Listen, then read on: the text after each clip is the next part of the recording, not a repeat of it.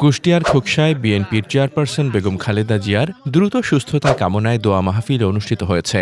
২৬ November বুধবার বিকেল ৩টায় উপজেলা বিএনপির কার্যালয়ের পাশে দোয়া মাহফিলের আয়োজন করে খোকসা উপজেলা ও পৌর বিএনপি। অনুষ্ঠানে উপস্থিত ছিলেন উপজেলা বিএনপি সাধারণ সম্পাদক অধ্যক্ষ আনিসুজ্জামান, কুষ্টিয়া জেলা বিএনপি সদস্য ও খোকসা উপজেলা বিএনপির সাবেক সভাপতি এবং সাবেক উপজেলা চেয়ারম্যান সৈয়দ আমজাদ আলী। এছাড়া উপস্থিত ছিলেন উপজেলা বিএনপির সাবেক সিনিয়র যুগ্ম আহ্বায়ক, সাবেক পৌর মেয়র প্রার্থী, সাবেক ছাত্রদলের সাধারণ সম্পাদক ও সাবেক পৌর বিএনপির সাধারণ সম্পাদক নাফিস আহমেদ খান রাজু, পৌর বিএনপির সভাপতি মুন্সি এজেড রশিদ রেজা রাজু এবং পৌর বিএনপির সাধারণ সম্পাদক এস.এম. মোস্তফা শরীফ। শেষে বেগম খালেদা জিয়ার দীর্ঘায়ু ও দ্রুত আরোগ্য কামনা করে বিশেষ দোয়া পরিচালনা করা হয়।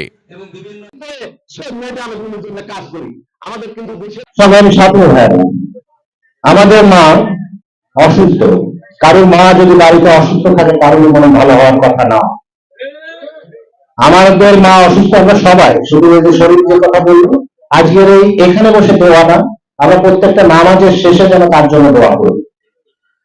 আজকে 16 বছর, 17 বছর, 20 বছর, 50 বছর জনগণের সেবা করছে।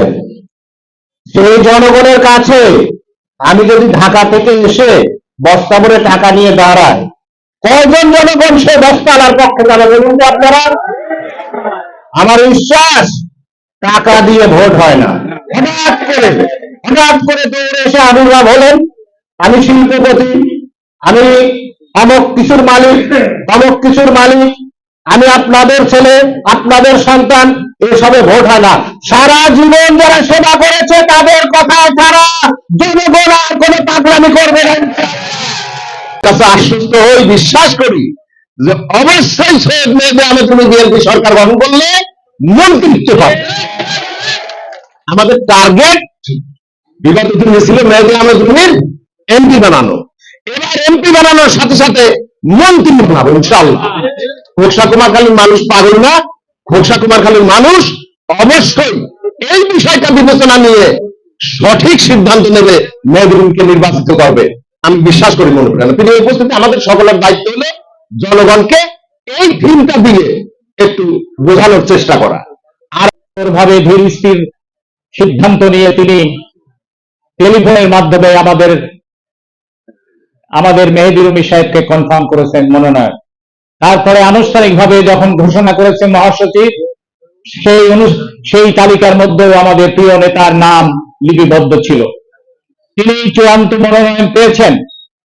এই চূড়ান্ত মনোনয়ন আর কোনো পরিবর্তন হওয়ার আর কোনো সুযোগ নাই ইনশাআল্লাহ। সেই কারণে কোন দ্বিধাদ্বন্দ্বের মধ্যে আপনারা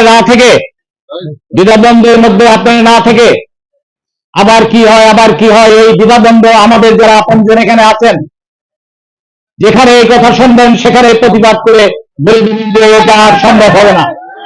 তো সেই ক্ষেত্রে দ্বিধাদ্বন্দ্ব না করে আমরা তাকে জিতানোর জন্য, সেই আমাদের চূড়ান্ত প্রার্থী, তাকে জিতানোর জন্য আমাদের যা যা করণীয়, আমাদের আনিস প্রিন্সিপাল বলেছে, রাজু